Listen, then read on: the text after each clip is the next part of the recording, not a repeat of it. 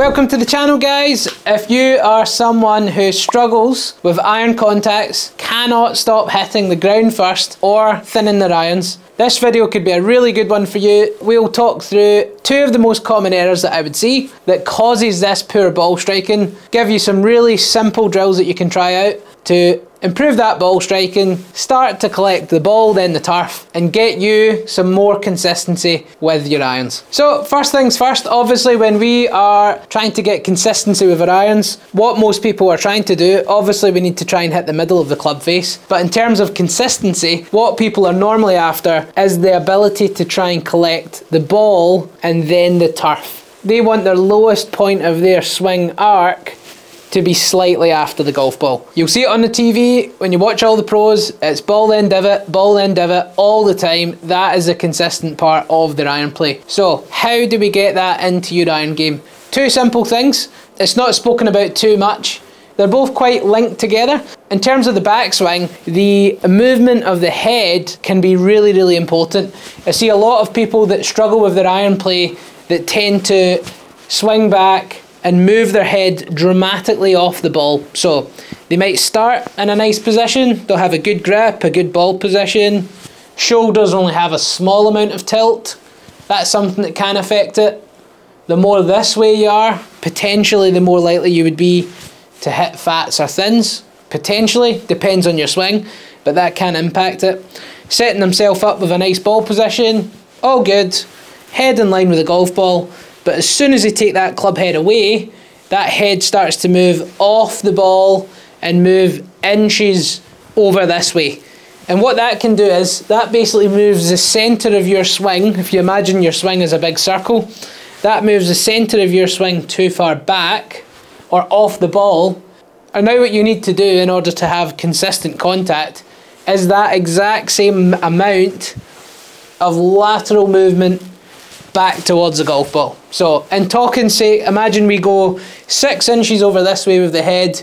We're probably having to move 6 inches that way to get a good contact. If we go here and we only move 2 or 3 inches, the low point of the swing or the bottom of the circle would end up being before the ball, and that's when you could start to get some inconsistent contacts. Couple of drills that we want to try and do to try and keep that head, if we imagine it in a big red circle, we want to try and keep that fairly centered as we make a really good rotation of the body, and we try and minimize the amount of movement of the head behind the ball. The head's in line with the ball, we're going to really wind up that body, and then we're going to let go. And then at the top of the swing, we really want to feel that the head is almost still on top of that golf ball.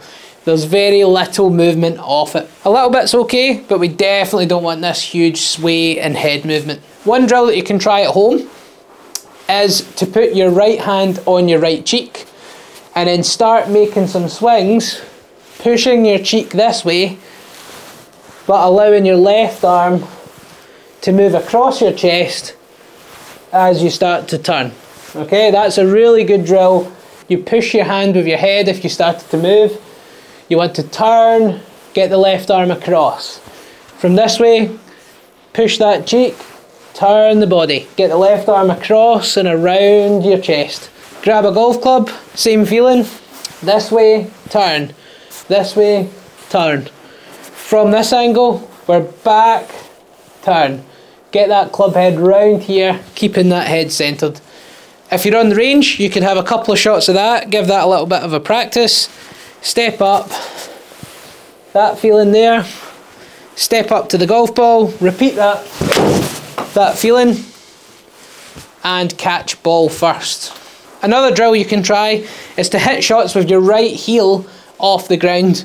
So basically set yourself up, lift the right heel, so only the toes of the right foot are on, and that again can help you stay really, really centered in your backswing. Set ourselves up with the heel off the ground, stay centered, turn well, and hit. So that is setting up to the golf ball as normal, lift that heel off the ground, keep it off the ground for the whole swing,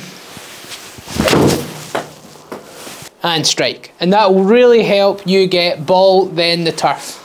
Another drill that you can try is to hit some shots with your feet together. Again, any sort of off sway, either with the hips or the head, is really going to throw you off balance. So if you can start to hit shots with either a really narrow stance or keeping your feet together, having that ability to rotate whilst keeping your head nice and centered is something that really can help the consistency of strike.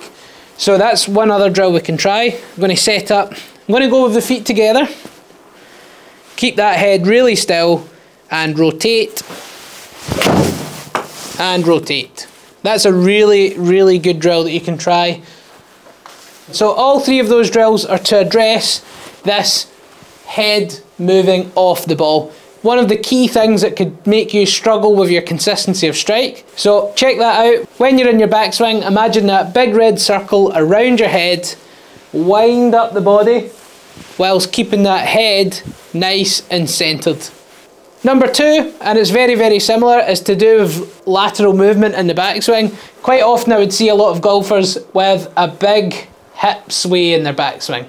And normally that is due to lack of rotation. Again, if you move your head or your hips and you really sway them off the ball, it makes it really difficult to efficiently use the ground and efficiently shift that weight back onto the front foot, which is really going to hurt your ball striking if you do that. So that's one thing that we want to try and check. We want the head centered and the pelvis, the hips, moving this way, not this way. Okay, good news is the feet together drill really does help you do this. You can start to feel that rotation in your body. So that's a good drill. If you feel that you sway your hips, that's definitely one to try. Drill two that you could try is hitting some shots with your right foot pulled back. So you have your toes in line with the middle of your left foot. So it's back a little bit. And really feel that you pull that right hip back. So you just go straight back. Imagine you're almost, actually that's quite a good feeling. Imagine you're almost sort of pulling a chain and really feel that you're twisting your body and the right pocket moves towards the right heel. It doesn't move sideways outside your shoe. The right hip moves towards the right heel. So the foot's back. We're going to unwind those hips rather than sway the hips. So back, turn, and hit. And that's a really good drill to help your ball striking as well. So that would improve your hip rotation. Another simple drill that you can try is you can put your golf bag beside your right hip. And basically what we want to try and do is, rather than hit the bag with the right pocket, you want to try and rotate the hip and actually create a little bit of space here. You want that gap to get bigger because you're going to start to, you would shift, and then as you turn, that gap would get bigger, and then that's you move towards the target slightly, which makes it much easier to have a good sequence into the downswing, help you transfer your weight, and again, help that ball striking. So that is a drill that you can try. So we're going to place that golf bag beside the right hip, not moving this way, not swaying off. We're going to go back, rotate, make that gap bigger, and strike. So let's give that a try with their shot. Back, turn, and shift that weight forward. So there's a handful of really, really easy drills you can try that are going to make a huge difference to your ball striking. Stop hitting the ground first, stop hitting those fats and thins, start to get the ball in the turf by doing two things: trying to keep your head more centered and not moving off the ball, and trying to get this hip rotation rather than this hip sway. So check those out in your golf game, put those into practice, comment down below how you get on. Don't forget to do the usual, like, subscribe to the channel, click the notification bell so you know about all new golf reviews and golf tips that are coming soon. Thanks for watching, and I'll see you soon.